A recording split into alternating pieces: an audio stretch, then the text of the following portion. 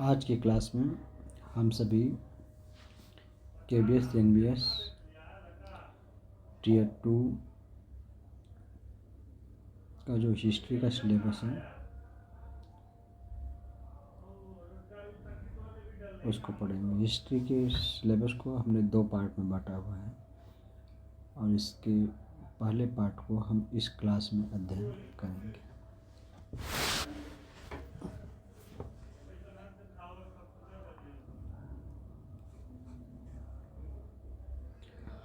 औपनिवेशिक काल। ब्रिटिश शासन के दौरान भारत में वनों का व्यावसायिक उद्योग हुआ। अंग्रेजों ने रेलवे, जहाज निर्माण और खेती के विस्तार के लिए वनों पर कड़ा नियंत्रण कर लिया, जिससे स्थानीय आदिवासियों के पारंपरिक अधिकार छिन गए। वनों की कटाई बढ़ी और आदिवासी विद्रोह जैसे बस्तर विद्रोह हुए। यह काल वन प्रबंधन में औपनिवेशिक हितों को दर्शाता है। वन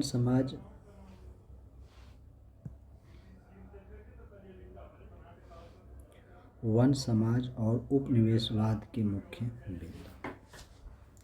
वनों पर नियंत्रण। अंग्रेजों ने वनों को व्यावसायिक संसाधन मानकर उन पर अपना कब्जा कर लिया, जिससे स्थानीय वनवासी जो खेती, पशुपालन और लकड़ी इकट्ठा करने के लिए जंगलों पर निर्भर थे, उनकी आजीविका पर संकट आ गया। वैज्ञानिक वानिकी, साइंटिफिक फॉरेस्ट्री क्या होती है? डायटरीच ब्रैंडिस ने भारत में वैज्ञानिक वानिकी की शुरुआत की। उन्होंने मिश्रित वनों को काटकर लकड़ी के उत्पादन के लिए एकल प्रजाति के पेड़ लगाए, जिससे जैव विविधता को नुकसान हुआ।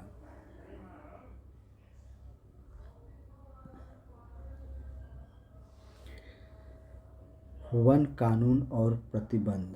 1865 के वन अधिनियम और 1878 के वन कानून के माध्यम से वनों को आरक्षित, संरक्षित और ग्रामीण श्रेणियों में बांटा गया, जिससे ग्रामीणों की वनों तक पहुंच सीमित हो गई। आदिवासी विद्रोह। अपनी जमीन और आजीविका खोने के डर से आदिवासियों ने विद्रोह किया। इनमें बस्तर का विद्रोह 1910 प्रमुख था, जो गुंडा धुर के नेतृत्व में हुआ। व्यावसायिक कृषि का प्रभाव। चाय, कॉफी और रबर के बागान लगाने के लिए प्राकृतिक वनों को साफ कर दिया गया।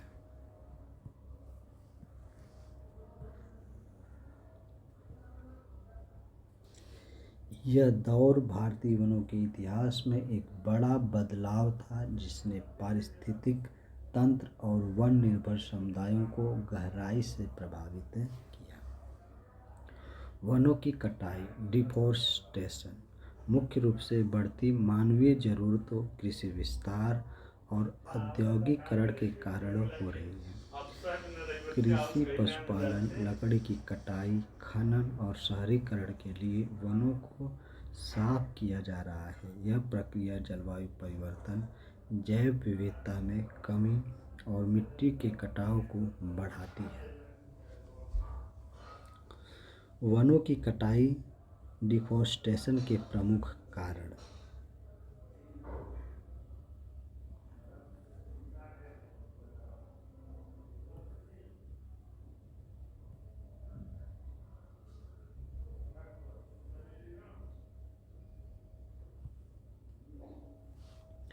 वनों की कटाई, डिफोरेस्टेशन मुख्य रूप से बढ़ती मानवीय जरूरतों, कृषि विस्तार और औद्योगिकरण के कारण हो रही है।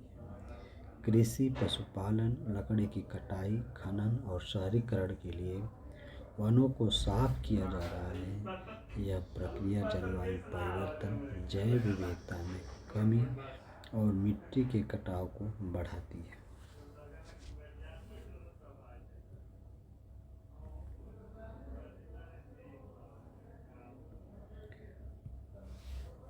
वनों की कटाई, डिफोरेस्टेशन के प्रमुख कारण। कृषि विस्तार, एग्रीकल्चर, फसलों और पशु चराई के लिए भूमि की आवश्यकता सबसे बड़ा कारण है। शहरीकरण और बुनियादी ढांचा, अर्बनाइजेशन, शहरों के विकास, सड़कों और बांधों के निर्माण के लिए जंगलों को काटा जा रहा है। लकड़ी की कटाई, लॉजिंग, कागज, फर्नीचर और ईंधन के लिए पेड़ों की अंधाधुंध कटाई। खनन, माइनिंग, खनिजों की खोज और उत्पादन के लिए वन क्षेत्रों को नष्ट कर। जंगल की आग, फॉरेस्ट फायर्स, प्राकृतिक और मानवीय लापरवाही के कारण लगने वाली आग से भी वन नष्ट हो रहे हैं।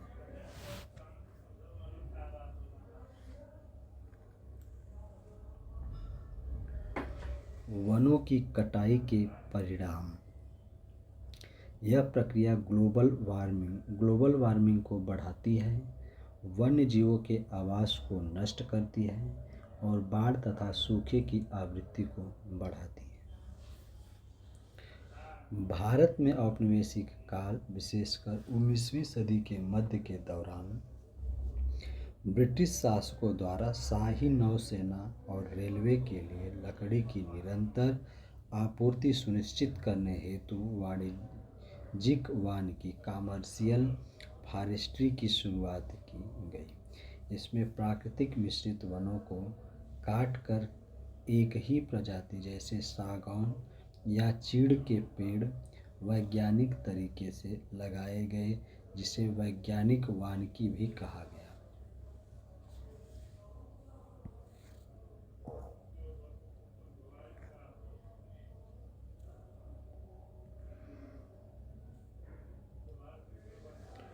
वाणिज्यिक वानिकी के उदय के प्रमुख कारण और प्रभाव। ब्रिटिश आवश्यकताएं। 1820 के दशक तक इंग्लैंड में ओक के जंगल खत्म हो रहे थे, इसलिए भारतीय वनों का उपयोग शाही नौसेना और रेलवे स्लीपरों के लिए लकड़ी प्राप्त करने हेतु किया गया। डाइट्रिच ब्रांडिस की भूमिका। 1864 में जर्मन विशेषज्ञ डाइट्रिच ब्रांडिस को भारत का पहला वन महानिरीक्षक नियुक्त किया गया। उन्होंने वैज्ञानिक वानिकी का सूत्रपात किया। वन अधिनियम 1865, 1878 और 1927। इन कानूनों के तहत वनों को आरक्षित और संरक्षित श्रेणियों में बांटा गया, जिससे स्थानीय समुदायों के पारंपरिक अधिकारों पर रोक लग गई। वैज्ञानिक वानिकी का अर्थ। इसका अर्थ था कि प्राकृतिक जैव विविधता को नष्ट कर एक ही प्रकार की उपयोगी पेड़ों को सीधी कतारों में उगाना। पारंपरिक खेती पर रोक। औपनिवेशिक सरकार ने घुमंतू खेती को प्रतिबंधित कर दिया, क्योंकि उनका मानना था कि यह मूल्यवान लकड़ी को नष्ट करती है। इस नीति के परिणाम स्वरूप स्थानीय निवासियों को ईंधन, चारे और अपनी आजीविका के लिए संघर्ष करना पड़ा, और ब्रिटिश सरकार ने व्यावसायिक लाभ के लिए भारतीय वनों का बड़े पैमाने पर दोहन किया।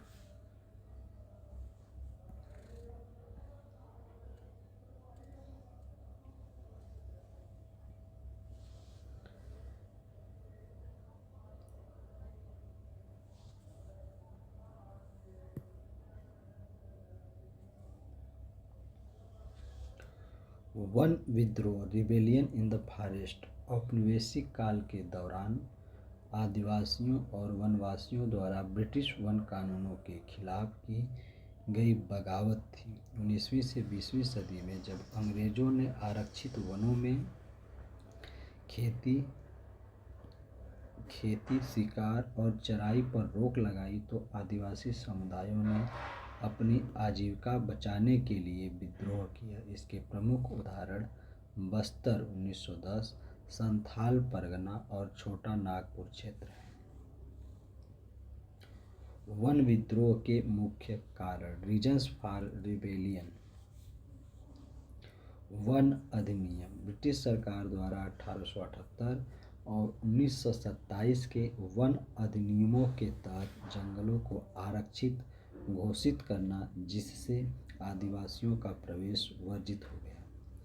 आजीविका का नुकसान, झूम खेती, शिफ्टिंग कल्टीवेशन पर प्रतिबंध, वन उत्पादों, कंद फल के संग्रह और शिकार पर रोक। शोषण, वन विभाग द्वारा बेगारी, बिना मजदूरी के काम कराना और औपनिवेशिक अधिकारियों द्वारा अत्याचार। व्यावसायिक वानिकी, अंग्रेजों द्वारा सागौन जैसे व्यावसायिक वृक्षारोपण के लिए प्राकृतिक वनों को काटना।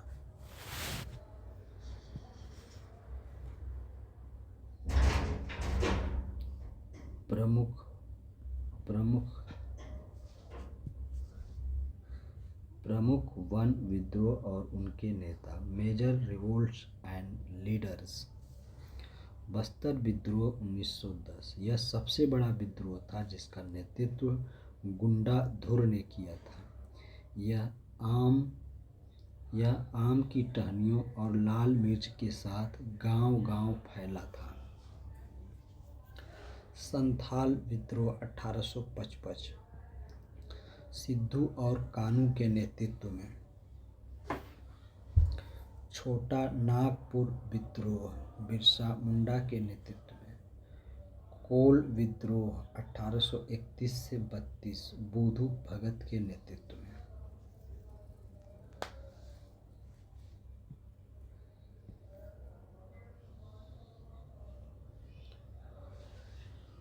विद्रोह के परिणाम, आउटकम्स।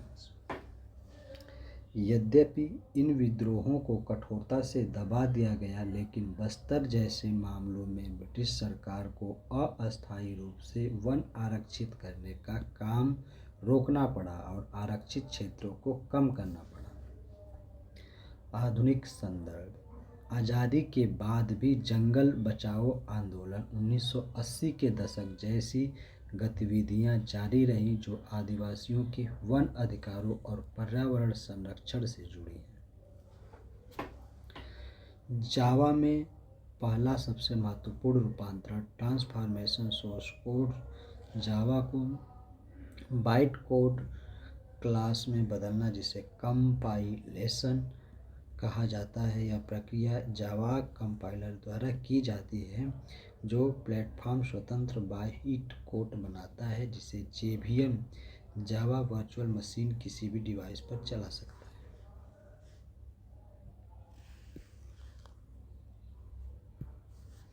है। जावा का पहला परिवर्तन रूपांतरण कंपाइलेशन प्रक्रिया। सोर्स कोड, आप अपना प्रोग्राम जावा एक्सटेंशन के साथ लिखते हैं, जैसे my first program Java. Command compile करने के लिए जावा है। फर्स्ट प्रोग्राम .जावा का उपयोग किया जाता है। रूपांतरित फाइल जावा किसे बाइट कोड में बदलता है, जो my first program class file बनाता है। यह write once run anywhere WORA के सिद्धांत को सक्षम बनाता है, जो जावा की नींव है।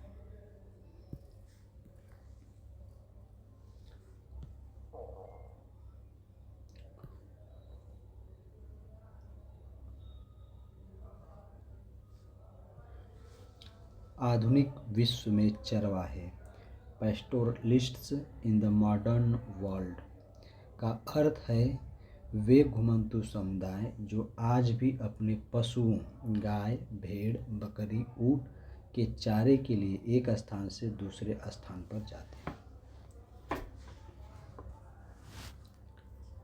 ऊँट के चारे के लिए एक स्थान से दूसरे स्थान पर जाते हैं। आधुनिक औद्योगिकीकरण, औपनिवेशिक कानूनों और सिमटते चारागाहों के दौर में ये पशुपालक अपनी परंपरा, जीविका और मवेशियों के सहारे जीवन यापन के लिए संघर्ष कर रहे हैं। मुख्य बिंदु और अर्थ। परिभाषा, ये ऐसे लोग हैं जो पशुओं को पालते हैं और चारागाहों की खोज में खानाबदोश जीवन जीते हैं। आजीविका। ये पशु उत्पादों दूध, मांस, खाल, ऊन पर निर्भर होते हैं। आधुनिक चुनौतियाँ: सिमटते चारागाह, वनों की कटाई और खेती के विस्तार के कारण इनके चरने की जमीन कम हो गई है। कानूनी प्रतिबंध: औपनिवेशिक काल से ही इनके आवागमन पर सरकारी पाबंदियां और चराई कर ग्रेजिंग टैक्स लगाए गए हैं। बदलता जीवन: इन्हें अब अस्थायी जीवन अपनाने या नए पेशे खोजने के लिए मजबूर होना पड़ रहा है।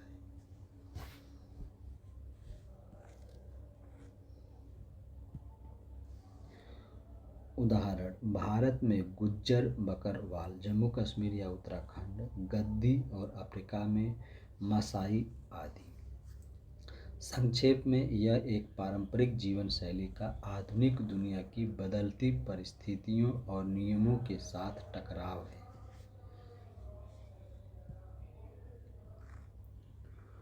पशुचारी घुमंतु, पैस्टोरल नोमैड्स।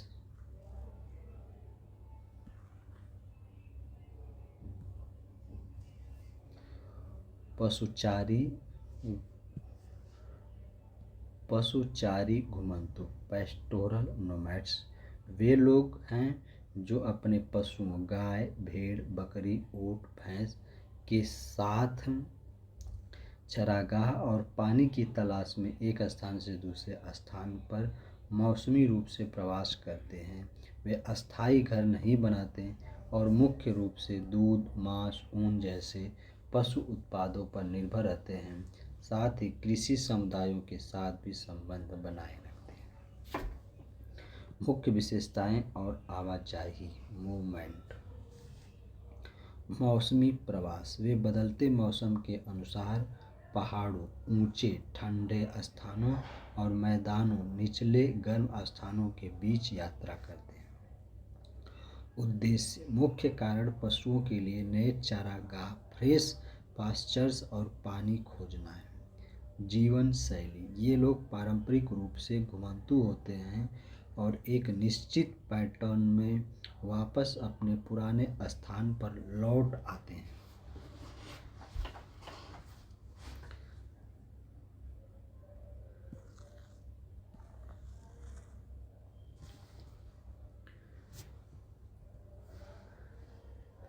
भारत में प्रमुख घुमंतु चरवाहे और उनकी आवाजाही: हिमाचल प्रदेश के गद्दी। ये चरवाहे शीतकाल में शिवालिक की निचली पहाड़ियों में रहते हैं और गर्मियों में लाहौल स्पीति के ऊंचे पर्वतीय इलाकों में चले जाते हैं। जम्मू कश्मीर के गुर्जर, ये अपनी भैंसों के साथ सर्दियों में निचले इलाकों और गर्मियों में ऊंचे चरागाहों मर्ग की ओर जाते हैं। राजस्थान के ऊंट पालक राइका, ये वर्षा ऋतु में अपने मूल स्थानों पर रहते हैं और पानी की कमी होने पर दूसरे क्षेत्रों में प्रवास करते हैं। महाराष्ट्र के धानगर, ये शुष्क क्षेत्रों में निवास करते हैं और मानसून के बाद तटीय क्षेत्रों की ओर बढ़ते हैं। उनकी आवाजाही के कारण: पर्यावरण और मौसम: ठंडे मौसम में ऊंचे स्थानों से नीचे आना और गर्मी में ऊपर जाना। चरागाहों की उपलब्धता: पुराने चरागाह खत्म होने पर नए स्थान खोजना। पारंपरिक व्यवस्था: वे जानते हैं कि कब और कहाँ जाना है, जिसके लिए उन्हें भूगोल और मौसम का अच्छा ज्ञान होता है।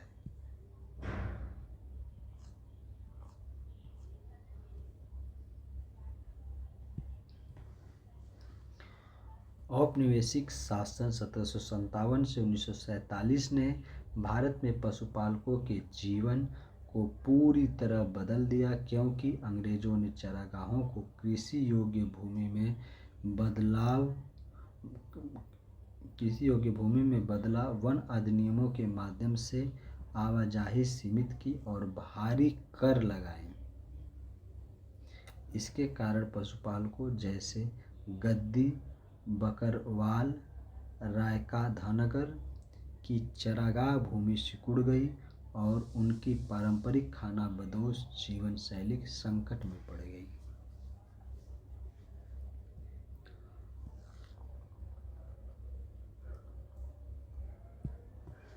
औपनिवेशिक शासन का पशुपालकों पर प्रभाव। चरागाहों का ह्रास। अंग्रेजों ने चरागाहों को बेकार भूमि मानकर उन्हें खेती के अंतर्गत शामिल कर लिया ताकि भू राजस्व लैंड रेवेन्यू बढ़ाया जा सके। वन अधिनियम। वन कानूनों ने चरावाहों को जंगल में प्रवेश करने से रोका, जिससे उनके पशुओं के लिए चारे की कमी हो गई। कर का बोझ। पशुओं की संख्या पर टैक्स, ग्रेजिंग टैक्स लगाया गया, जिससे पशुपालकों की आजीविका पर नकारात्मक प्रभाव पड़ा। आजीविका पर प्रतिबंध। 1871 के आपराधिक जनजाति अधिनियम क्रिमिनल ट्राइब्स एक्ट ने कई समुदायों को जन्मजात अपराधी माना और उनकी मौसमी आवाजाही को प्रतिबंधित कर दिया। आजीविका में बदलाव। चरागाहों की कमी और कानूनों के कारण कुछ पशुपालकों ने अपने पशु कम कर दिए और कई लोगों ने खेती या अन्य मजदूरी को अपना लिया।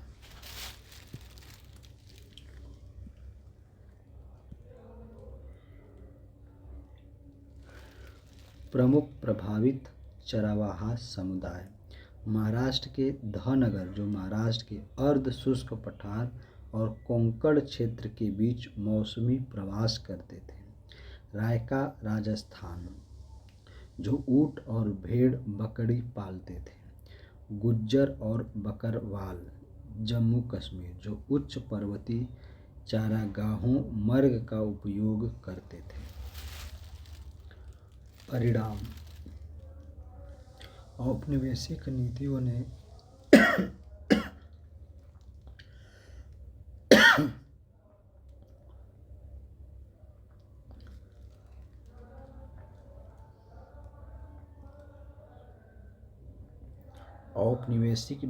ने पशुपालकों की स्वतंत्रता को खत्म कर दिया और उन्हें एक स्थान पर बसने या अपनी पारंपरिक आजीविका को छोड़ने के लिए मजबूर किया।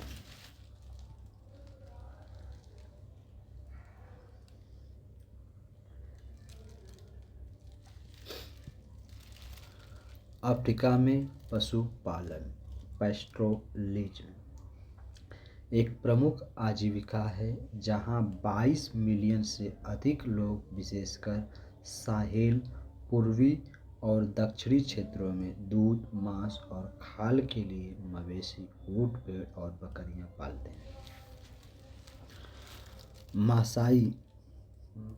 मासाई, बेदुइन, बर्बर और फुलानी जैसे समुदाय चरागाहों की तलाश में मौसमी प्रवास करते हैं, लेकिन अब औपनिवेशिक नीतियों और जलवायु परिवर्तन से उनकी जमीन और परंपराएं खतरे में हैं। अफ्रीका में पशुपालन की मुख्य विशेषताएं और चुनौतियां। प्रमुख समुदाय।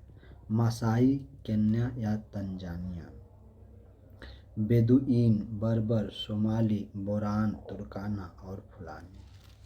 पशुधन। ऊंट, मवेशी, भेड़ और बकरियां, जो दूध, मांस, खाल और ऊन प्रदान करते हैं। खानाबदोश जीवन। चरवाहे चरागाह और पानी की तलाश में शुष्क और अर्ध शुष्क क्षेत्रों में एक स्थान से दूसरे स्थान पर घूमते रहते हैं। औपनिवेशिक प्रभाव। ऐतिहासिक। ब्रिटिश और अन्य यूरोपीय सरकारों ने चरागाहों को आरक्षित वनों में बदला, जिससे चरागाहों की आवाजाही प्रतिबंधित हो गई और उनकी जमीन कम हो गई।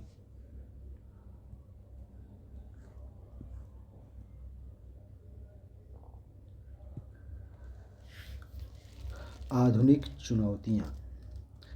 चारागाह की कमी, जमीन का खेती में उपयोग और राष्ट्रीय उद्यानों के निर्माण से चरागाह सिमट गए हैं। जलवायु परिवर्तन। सूखे के कारण पशुधन की मौत और चरागाह जीवन शैली के लिए संकट बढ़ गया है। सामाजिक आर्थिक बदलाव। चारागाहों पर प्रतिबंध के कारण कई चरावाहे शहरों में मजदूरी करने को मजबूर हो गए। सिंधु घाटी सभ्यता लगभग 3300 ईसा पूर्व से 1300 ईसा पूर्व। परिपक्व काल 2600 से 1900 ईसा पूर्व। भारतीय उपमहाद्वीप की पहली ज्ञात शहरी सभ्यता थी जो सिंधु और घग्गर हाकरा नदियों के किनारे फूली फली। इसे हड़प्पा सभ्यता भी कहा जाता है, जो अपनी सुनियोजित नगर योजना, जल निकासी व्यवस्था और ईंटों के घरों के लिए प्रसिद्ध थी। यह कांस्य युग की सभ्यता थी।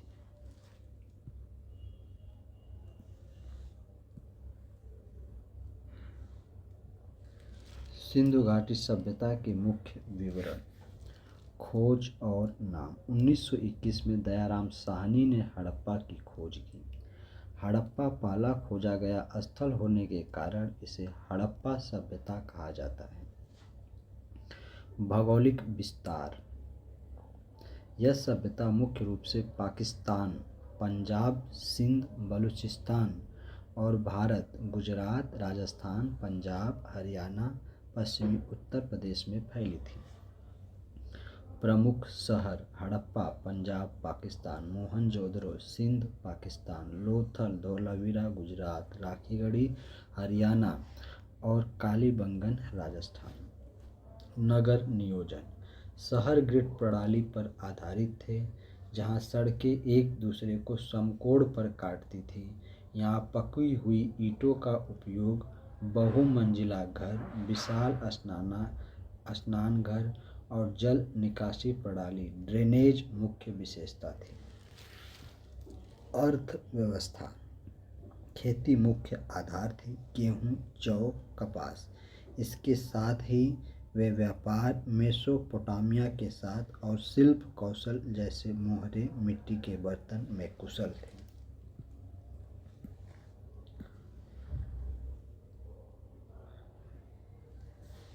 सिंधु घाटी सभ्यता के मुख्य विवरण। खोज और नाम। 1921 में दयाराम साहनी ने हड़प्पा की खोज की। हड़प्पा पहला खोजा गया स्थल होने के कारण इसे हड़प्पा सभ्यता कहा गया। भौगोलिक विस्तार। यह सभ्यता मुख्य रूप से पाकिस्तान, पंजाब, सिंध, बलूचिस्तान और भारत, गुजरात, राजस्थान, पंजाब, हरियाणा, पश्चिम उत्तर प्रदेश में फैली थी। प्रमुख शहर। हड़प्पा पंजाब पाकिस्तान, मोहनजोदड़ो सिंध पाकिस्तान, लोथल धोलावीरा गुजरात, राखीगढ़ी हरियाणा और कालीबंगन राजस्थान। नगर नियोजन। शहर ग्रिड प्रणाली पर आधारित थे, जहाँ सड़कें एक दूसरे को समकोण पर काटती थी। यहाँ पकी हुई ईंटों का उपयोग, बहुमंजिला घर, विशाल स्नानघर और जल निकासी प्रणाली ड्रेनेज मुख्य विशेषता थी।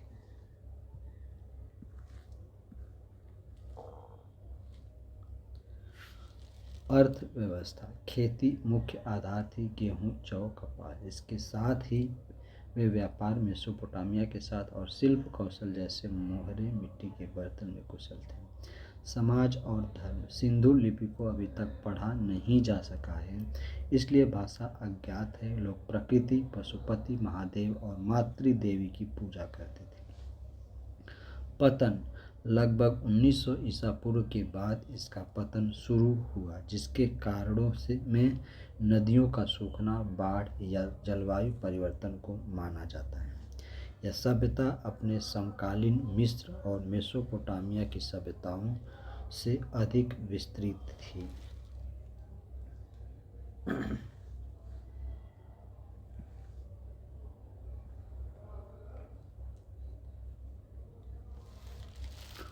मोहनजोदड़ो के बारे में मुख्य तथ्य। अर्थ।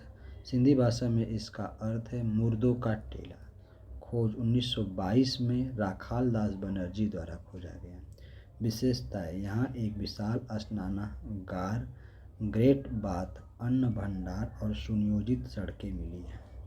कलाकृतियाँ। प्रसिद्ध नर्तकी की मूर्ति, दाढ़ी वाले पुजारी, राजा की मूर्ति और पशुपति मोहरे यहाँ से मिली हैं।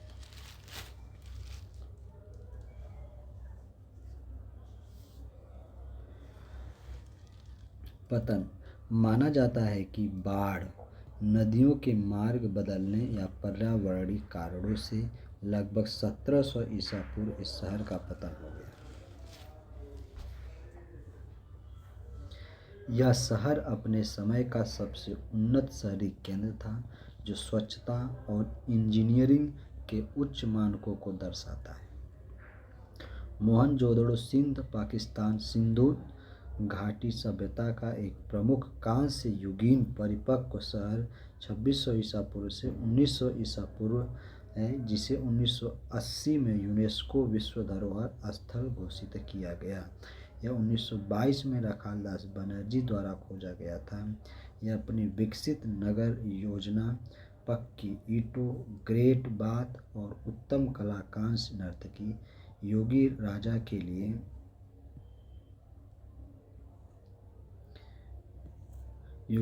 के लिए प्रसिद्ध है।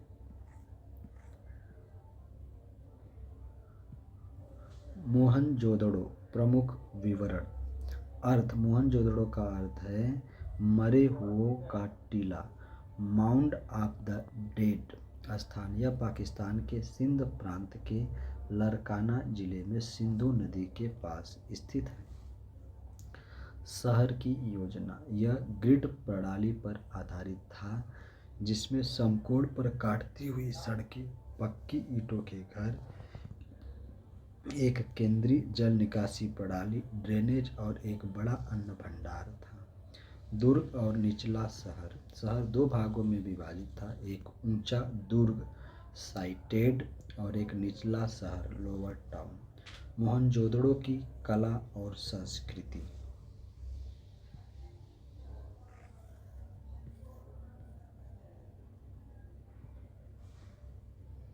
मोहनजोदड़ो की कला और संस्कृति। मोहनजोदड़ो की खुदाई से समृद्ध कलात्मक वस्तुओं का पता चला है, जो उच्च तकनीकी और कलात्मक समझ को दर्शाती हैं। कांस्य नर्तकी, डांसिंग गर्ल, एक नृत्य करती हुई लड़की की प्रसिद्ध कांस्य प्रतिमा, जो लॉस्ट वैक्स विधि से बनाई गई थी। योगी राजा या पुरोहित राजा, सेल खड़ी स्टील टाइट से बनी एक पुजारी राजा की मूर्ति, जो उत्कृष्ट नक्काशी का उदाहरण है। पशुपति मोहर, एक मोहर जिस पर योग मुद्रा में बैठे एक देवता पशुपति को दिखाया गया है, जो जानवरों से घिरे हैं। मिट्टी के बर्तन और मोहरें, विभिन्न प्रकार के चित्रकारी वाले मिट्टी के बर्तन, जानवरों, पक्षियों और लिपि, जिसे अभी तक पढ़ा नहीं जा सका है, वाले टेरा कोटा मोहरें मिली हैं।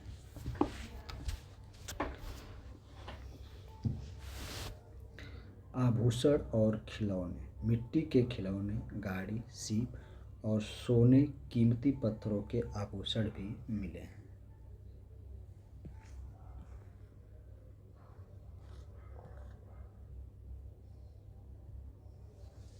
ऐतिहासिक महत्व।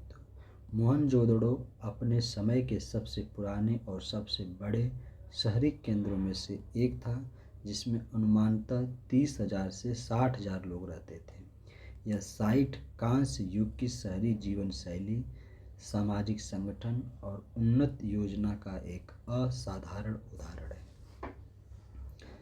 हड़प्पा सभ्यता, सिंधु घाटी सभ्यता दक्षिण एशिया की पहली शहरी सभ्यता थी, जो लगभग 2500 ईसा पूर्व में पाकिस्तान और पश्चिमी भारत में फैली थी। यह अपनी उन्नत नगर योजना और कला के लिए प्रसिद्ध है।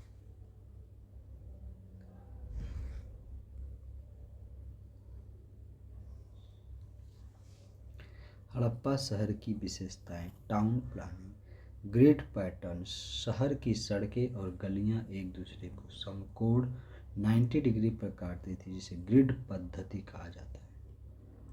पक्की ईंटों का उपयोग, मकानों के निर्माण में पक्की ईंटों का प्रयोग किया जाता था। विभाजन, नगर दो भागों में विभाजित थे। पश्चिमी भाग में ऊंचा दुर्ग साइटेडल और पूर्वी भाग में निचला नगर लोअर टाउन। उन्नत जल निकासी प्रणाली, नालियों को गारे से बनाया गया था और पकी ईंटों या चूना पत्थर की पट्टिका से ढका जाता था। घरों का गंदा पानी पहले एक हौदी सम्प में जमा होता था, जहाँ से वह गलियों की नलियों में जाता था। मुख्य स्थल हड़प्पा और मोहनजोदड़ो प्रमुख शहर थे। मोहनजोदड़ो में विशाल स्नानागार, गेट बाथ और अन्नागार ग्रेनरी मिले हैं। धौलावीरा की विशेषता धौलावीरा को 3 भागों दुर्ग, मध्यनगर और निचला नगर में बांटा गया था और यहाँ एक विशाल जलाशय रिजर्वर भी मिला है।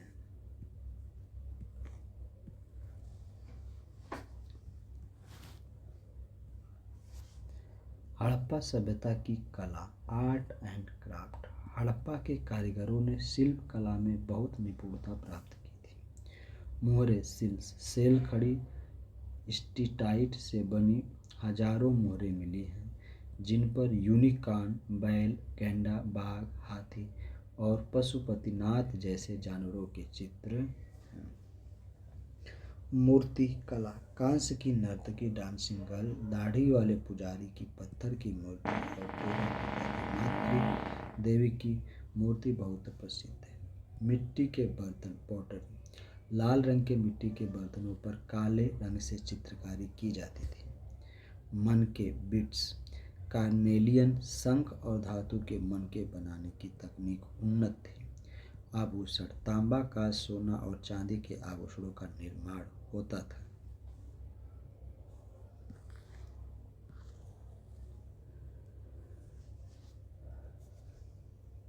हड़प्पा सभ्यता में पत्थर की मूर्तियों के अलावा धातु, तांबा, कांस्य और मिट्टी की कलाकृतियां भी व्यापक रूप से बनाई जाती थी।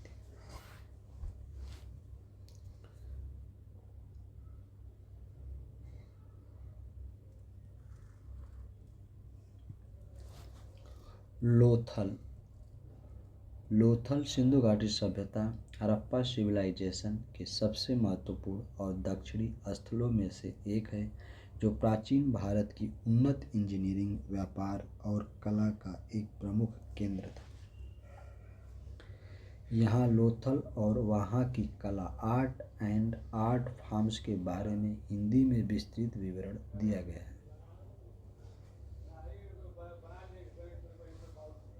लोथल का परिचय, इंट्रोडक्शन टू लोथल। स्थान, यह गुजरात के भाल क्षेत्र में भोगवा नदी के तट पर स्थित है, जो साबरमती नदी की एक सहायक नदी है। समय, लोथल का इतिहास लगभग 2400 ईसा पूर्व बीसी से माना जाता है। खोजकर्ता, इसकी खोज भारतीय पुरातत्व सर्वेक्षण ASI के पुरातत्वविद शिकारीपुरा रंगनाथ राव SR शिकारीपुरा रंगनाथ राव SR राव ने 1954 से 1962 के बीच की थी। अर्थ, लोथल का गुजराती में अर्ध मृतकों का टीला, माउंड ऑफ द डेड होता है।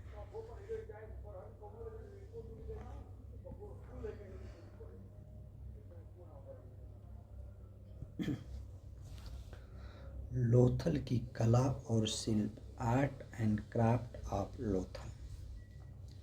लोथल की कला हड़प्पा सभ्यता की उन्नत जीवन शैली को दर्शाती है। यहाँ के कारीगर विभिन्न प्रकार की कलाओं में निपुण थे। मृद भांड कला, पोटरी आर्ट। लोथल से विशिष्ट प्रकार के मृद भांड बर्तन प्राप्त हुए हैं, जिन पर लाल और काले रंग की चित्रकारी की गई है। मिट्टी के लेपित जार, कोटेड जार्स भी मिले हैं, जो उनकी उन्नत मिट्टी कला को दर्शाते हैं। मनके बनाने की कला, बीड मेकिंग। लोथल मनके बीड्स बनाने का एक प्रमुख कारखाना वर्कशॉप था। यहाँ कीमती पत्थरों, शिप सेल्स, तांबा और सेल खड़ी स्टीटाइट से बहुत ही बारीक और सुंदर मनके बनाए जाते थे, जिनका निर्यात किया जाता था।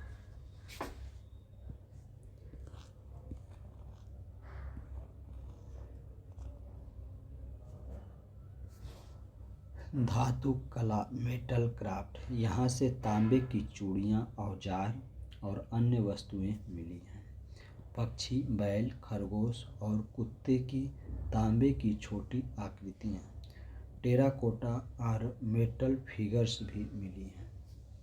मुहरें सील्स, लोथल में सेल खड़ी की मुहरें मिली हैं जो व्यापार के लिए प्रयोग की जाती थी। यहाँ से फारस, पर्शियन गल्फ सील और मेसोपोटामिया की मूल की भी मुहरें मिली हैं जो अंतर्राष्ट्रीय व्यापार को दर्शाती हैं। मूर्ति कला, टेराकोटा फिगरिन्स, मिट्टी की बनी छोटी मूर्तियाँ जैसे कि घोड़ों की लघु मृड़ मूर्तियाँ, टेराकोटा फिगर्स ऑफ हॉर्सेस यहाँ मिली हैं जो विशेष आकर्षण है।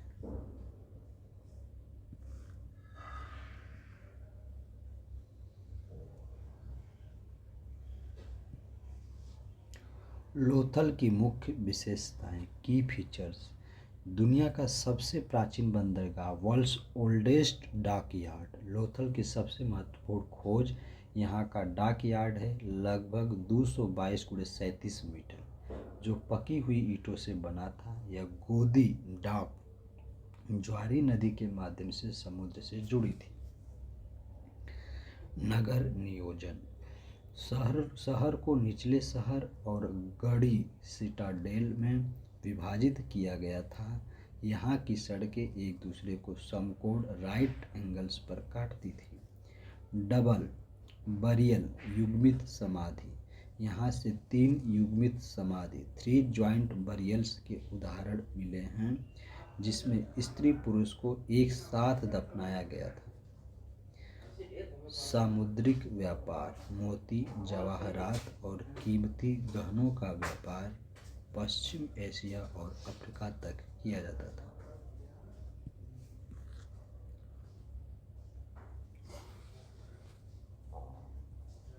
निष्कर्ष, लोथल न केवल एक व्यापारिक केंद्र था बल्कि कला, शिल्प और इंजीनियरिंग, विशेषकर जल प्रबंधन और जहाज निर्माण का एक अद्भुत केंद्र था जो 4000 से अधिक साल पहले भारत की विकसित संस्कृति को दर्शाता है। यहाँ के अवशेष अब वहाँ के पुरातत्व संग्रहालय आर्कियोलॉजिकल म्यूजियम में सुरक्षित हैं। गुजरात के भाल क्षेत्र में भोगवा नदी के तट पर स्थित लोथल 2400 से 1900 ईसा पूर्व सिंधु घाटी सभ्यता का एक प्रमुख बंदरगाह शहर था जो अपनी सुव्यवस्थित टाउन प्लानिंग, विशाल गोदी डॉक यार्ड और उन्नत शिल्प कला के लिए प्रसिद्ध है। यहाँ से चावल की खेती के साक्ष्य, पक्की ईंटों के घर और व्यापारिक गतिविधियों के प्रमाण मिले।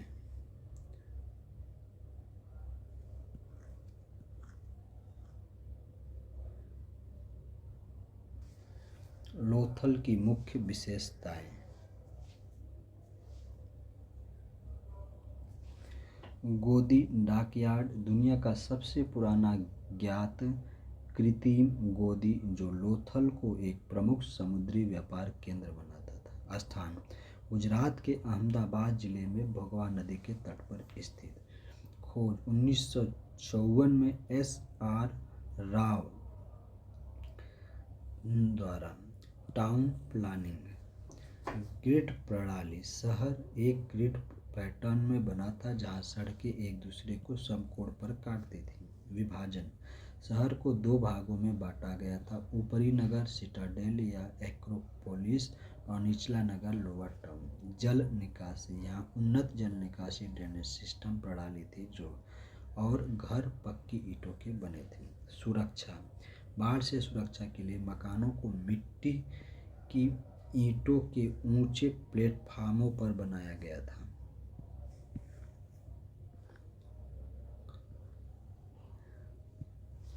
कला और शिल्प, आर्ट एंड क्राफ्ट। मोहरें सील्स, लोथल से फारस, पर्शिया की मोहरें मिली हैं जो अंतर्राष्ट्रीय व्यापार को दर्शाती है। मनके बिट्स, मनके बनाने का कारखाना और शिप से बनी वस्तुएं मिली। मृत भांड, पोटरी, चित्रित मिट्टी के बर्तन मिले। मापन, यहाँ से हाथी दांत का पैमाना स्केल मिला है जो सूक्ष्म मापन को दर्शाता है। कृषि एग्रीकल्चर, चावल के साक्ष्य लोथल से चावल की भूसी, राइस हस्क्स और पके हुए चावल के दाने मिले हैं जो यहाँ चावल की खेती की पुष्टि करते हैं। फसलें, चावल के अलावा गेहूं और बाजरे की खेती भी की जाती थी।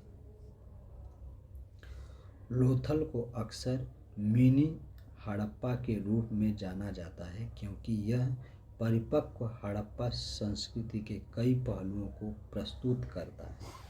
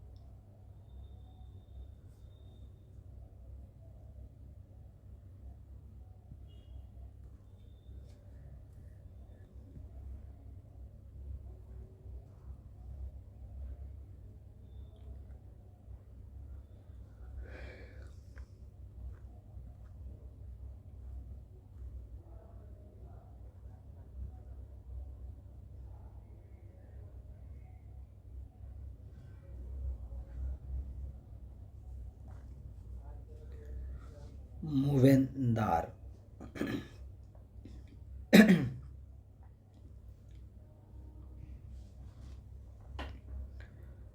मूवेंदार एक तमिल शब्द है जिसका अर्थ तीन मुखिया या तीन राजा होता है। संगम साहित्य में यह चोल, चेर और पांड्य नामक तीन प्रमुख राजवंशों के शासकों के लिए प्रयोग किया गया है जो लगभग 2300 साल पहले दक्षिण भारत में शक्तिशाली थे। प्रत्येक प्रमुख के पास दो शक्ति केंद्र थे, एक अंतर्देशी और एक तट पर।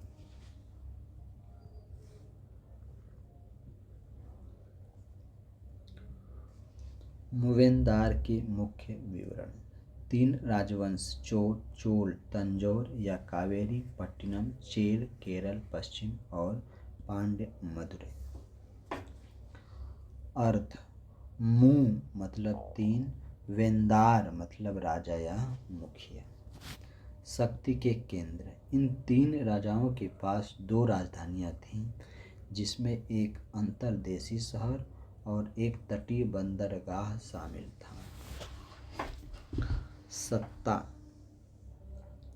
ये सरदार मुखिया नियमित कर के बजाय लोगों से उपहार और युद्ध में जीते गए क्षेत्रों से श्रद्धांजलि एकत्र करते थे।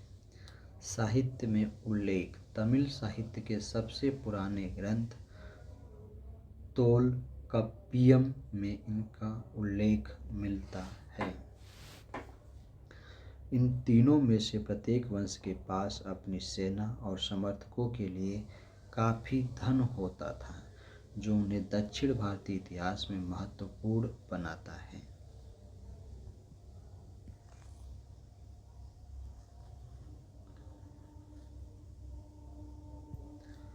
संगम काल: तीसरी शताब्दी ईसा पूर्व, तीसरी शताब्दी ईस्वी में चेर, चोल और पांड्य ने दक्षिण भारत पर शासन किया जिन्हें मूवेंदल कहा जाता था।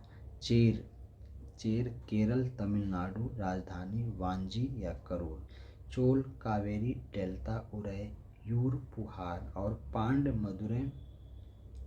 पांड्य मदुरै कोरकई अपनी विशिष्ट संस्कृति, व्यापार और शासन के लिए प्रसिद्ध थे। वहीं विजयनगर साम्राज्य 1336 से 1646 की स्थापना हरिहर बुक्का ने की जिसकी राजधानी हम्पी थी और यह अपनी सुदृढ़ केंद्रीय प्रशासन प्रणाली के लिए जाना जाता था।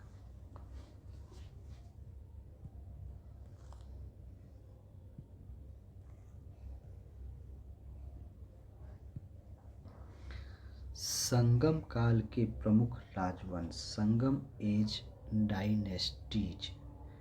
चेर चेराज क्षेत्र आधुनिक मध्य और उत्तरी केरल तमिलनाडु के कुछ हिस्से। राजधानी चेर आधुनिक मध्य और उत्तरी केरल आधुनिक मध्य और उत्तरी केरल तमिलनाडु के कुछ हिस्से। आधुनिक मध्य उत्तरी केरल और तमिलनाडु के कुछ हिस्से। चेर की राजधानी क्या थी? वांजी या करोल। प्रतीक धनुष और बाण, बो एंड आरो। प्रमुख शासक सेनगुट्टुवन,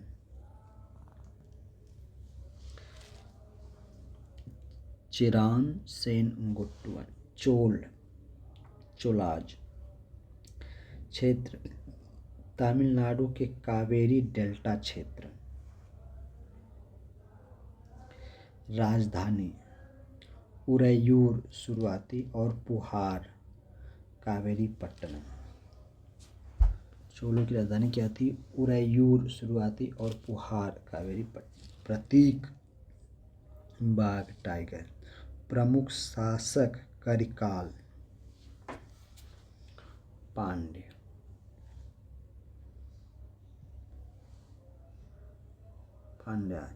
क्षेत्र तमिलनाडु का दक्षिणी क्षेत्र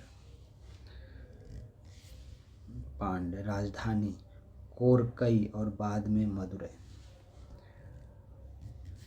पांड्य की राजधानी कोरकई और बाद में मदुरै।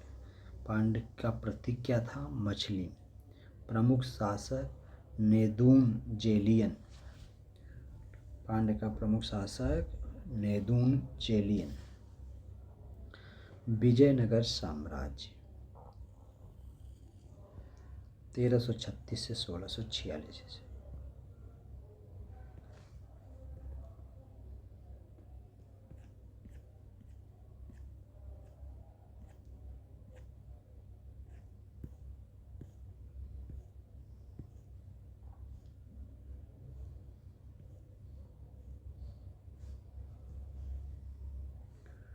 विजयनगर साम्राज्य विजयनगर एम्पायर 1336 to 1646।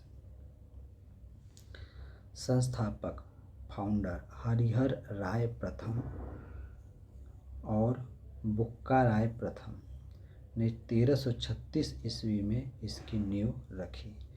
राजधानी कैपिटल हम्पी कर्नाटक, जो तुंगभद्रा नदी के तट पर स्थित थी। प्रमुख राजवंश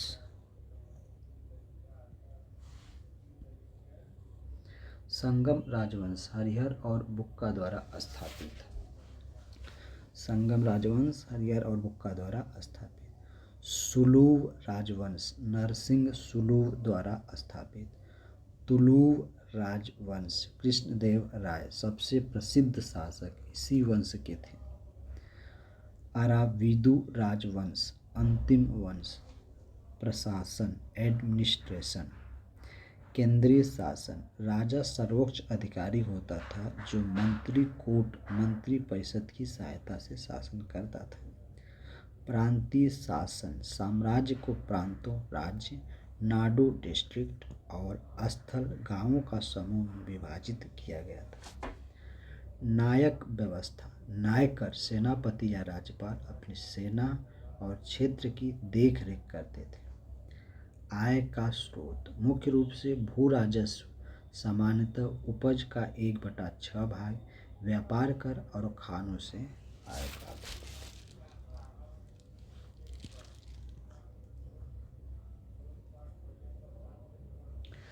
प्रमुख अंतर संगम काल प्राचीन तमिल संस्कृति और व्यापारिक समृद्धि रोम के लिए किया जाना जाता है। संगम काल प्राचीन तमिल संस्कृति और व्यापारिक समृद्धि रोम के लिए जाना जाता है। विजयनगर मध्य युगीन दक्षिण भारत में हिंदू संस्कृति की रक्षा, वास्तुकला हम्पी के मंदिर और सुदृढ़ प्रशासन के लिए जाना जाता है। 1857 की क्रांति, जिसे भारत का प्रथम स्वतंत्रता संग्राम या सिपाही विद्रोह भी कहा जाता है, ब्रिटिश ईस्ट इंडिया कंपनी के शासन के खिलाफ एक प्रमुख और पहला संगठित विद्रोह था। 10 मई 1857 को मेरठ में शुरू हुई यह चिंगारी शीघ्र ही उत्तरी व मध्य भारत में फैल गई, जिसका मुख्य कारण चर्बी वाले कारतूस, शोषणकारी नीतियां और भारतीय राज्यों का विलय था।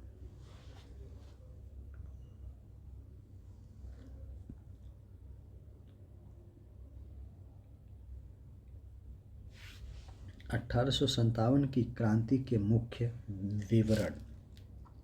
शुरुआत और मुख्य घटना। 29 मार्च 1857 को बैरकपुर में मंगल पांडे ने विद्रोह किया, लेकिन वास्तविक शुरुआत 10 मई 1857 को मेरठ में हुई।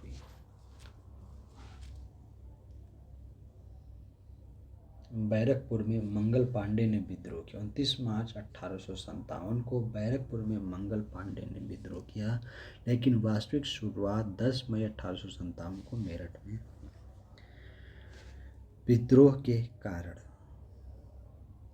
तत्कालीन कारण एनफील्ड राइफल में चर्बी वाले गाय और सूअर कारतूसों का प्रयोग। राजनैतिक कारण डलहौजी की व्यपगत का सिद्धांत, डॉक्ट्रिन ऑफ लैप्स नीति, जिसके तहत झांसी, नागपुर, सतारा जैसे राज्य हड़प लिए गए। आर्थिक कारण जमींदारों और किसानों का शोषण, भारी कर। सामाजिक धार्मिक कारण ईसाई मिशनरियों की गतिविधियां, सती प्रथा पर रोक और विधवा पुनर्विवाह अधिनियम जैसे हस्तक्षेप।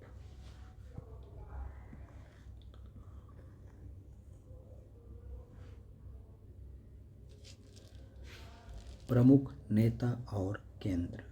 दिल्ली में बहादुर शाह जफर नाम मात्र के नेता, वक्त खान सैन्य नेतृत्व, झांसी रानी लक्ष्मीबाई, कानपुर नाना साहब तात्या टोपे, लखनऊ बेगम हजरत महल, बिहार आरा कुंवर सिंह।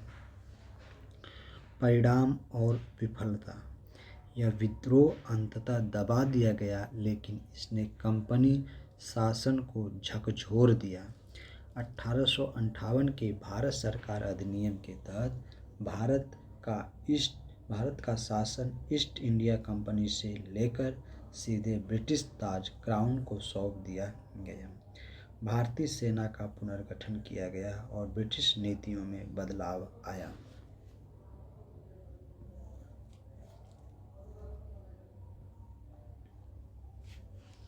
यह क्रांति हालांकि असफल रही, लेकिन इसने भारतीयों में राष्ट्रवाद की भावना जगाई और भविष्य के स्वतंत्रता संग्रामों के लिए नींव का काम किया। 18वीं शताब्दी के मध्य से ब्रिटिश ईस्ट इंडिया कंपनी की विस्तारवादी नीतियों जैसे सहायक संधि और व्यपगत सिद्धांत, डॉक्ट्रिन ऑफ लैप्स के कारण नवाबों और राजाओं की शक्ति धीरे धीरे समाप्त हो गई। रेजिडेंट्स की नियुक्ति, सेना भंग करने और राजस्व छीनने से उनका अधिकार खत्म हो गया, जिससे 1857 तक वे नाम मात्र के शासक रह गए।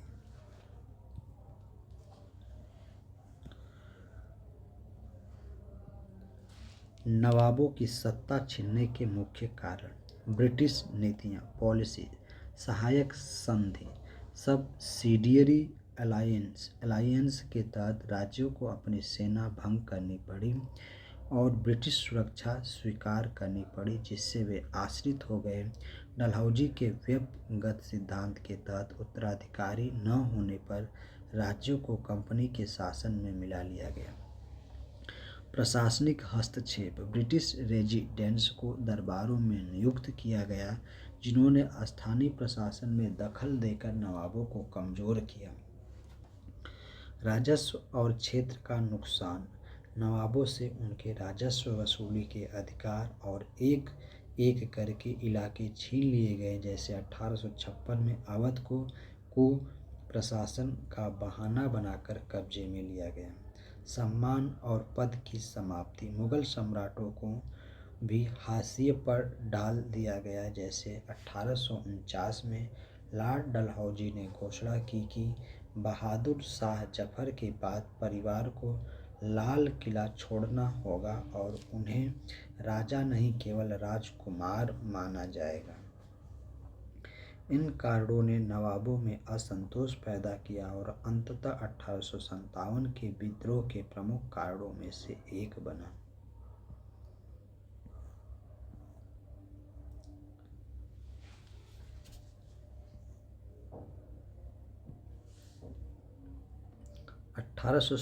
के आसपास के औपनिवेशिक सुधारों ने भारतीय किसानों और सिपाहियों में भारी असंतोष पैदा किया।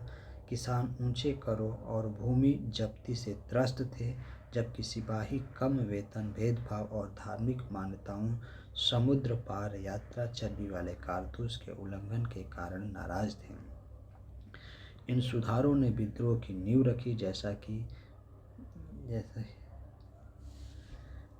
रखी। किसानों की प्रतिक्रिया। ऊंचा राजस्व और कठोर वसूली। ग्रामीण इलाकों में किसान और जमींदार ऊंचे करों और कर वसूली के सख्त तरीकों से बहुत नाराज थे। भूमि की हानि। ऋणदाताओं, साहूकारों से लिया गया कर्ज न चुका पाने के कारण किसानों को अपनी पुश्तैनी जमीन खोनी पड़ी, जिससे वे बर्बाद हो गए।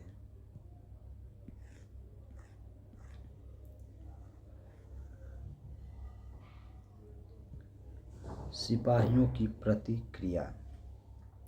धार्मिक भावनाएं आहत। सिपाहियों को लगा कि कंपनी उनके धर्म को नष्ट कर रही है। 1824 में उन्होंने समुद्र पार बर्मा जाने से इनकार कर दिया, क्योंकि उनका मानना था कि समुद्र पार करने से उनका धर्म भ्रष्ट हो जाएगा। सेवा शर्तें और भेदभाव। वे अपने कम वेतन भत्तों और सेवा की खराब शर्तों से असंतुष्ट थे। विदेशी सेवा कानून 1856। कंपनी ने कानून बनाया कि नए रंग रूटों को समुद्र पार जाना होगा, जिसने उनके गुस्से को बढ़ा दिया।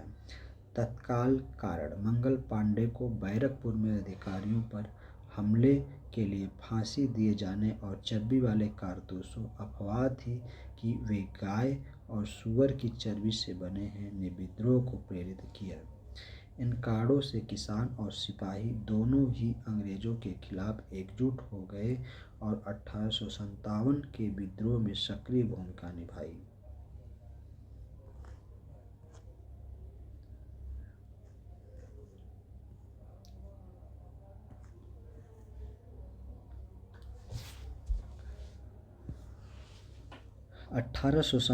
का सिपाही विद्रोह, जो शुरू में केवल सैनिकों सिपाहियों द्वारा ब्रिटिश नीतियों के खिलाफ एक सैन्य विद्रोह था, जल्दी ही एक व्यापक लोकप्रिय विद्रोह में बदल गया। जब मेरठ के सिपाहियों ने दिल्ली में विद्रोह किया और बहादुर शाह जफर को अपना नेता घोषित किया, तो इससे आम जनता, किसान, जमींदार और राजा भी प्रेरित होकर विद्रोह में शामिल हो गए।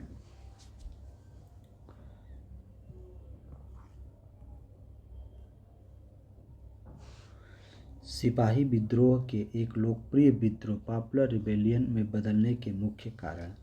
विद्रोह का दिल्ली की ओर बढ़ना और नेतृत्व। मेरठ में सिपाहियों ने 10 मई 1857 को अपने साथी सिपाहियों को जेल से रिहा कराया और अगले दिन दिल्ली पहुंचकर मुगल सम्राट बहादुर शाह जफर को अपना नेता घोषित कर दिया। जनता का समर्थन। Public participation.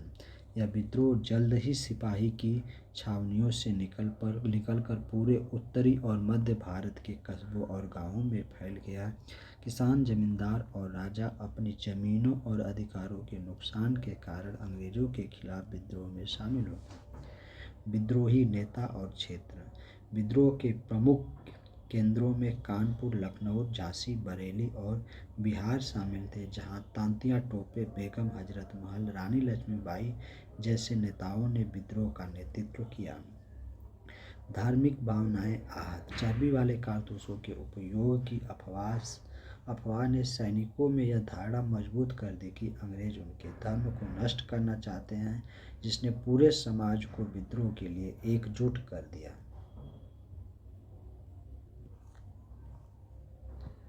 व्यापक ब्रिटिश विरोधी भावना। यह अंग्रेजों के लंबे समय से चल रहे प्रशासनिक, आर्थिक और सामाजिक हस्तक्षेप के खिलाफ लोगों के गुस्से का परिणाम था।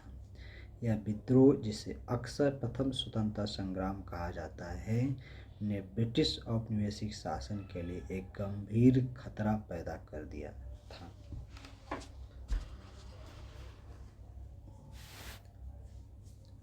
अतः हिस्ट्री, इतिहास का ये पहले पार्ट की जो क्लास है यही समाप्त होती है। धन्यवाद।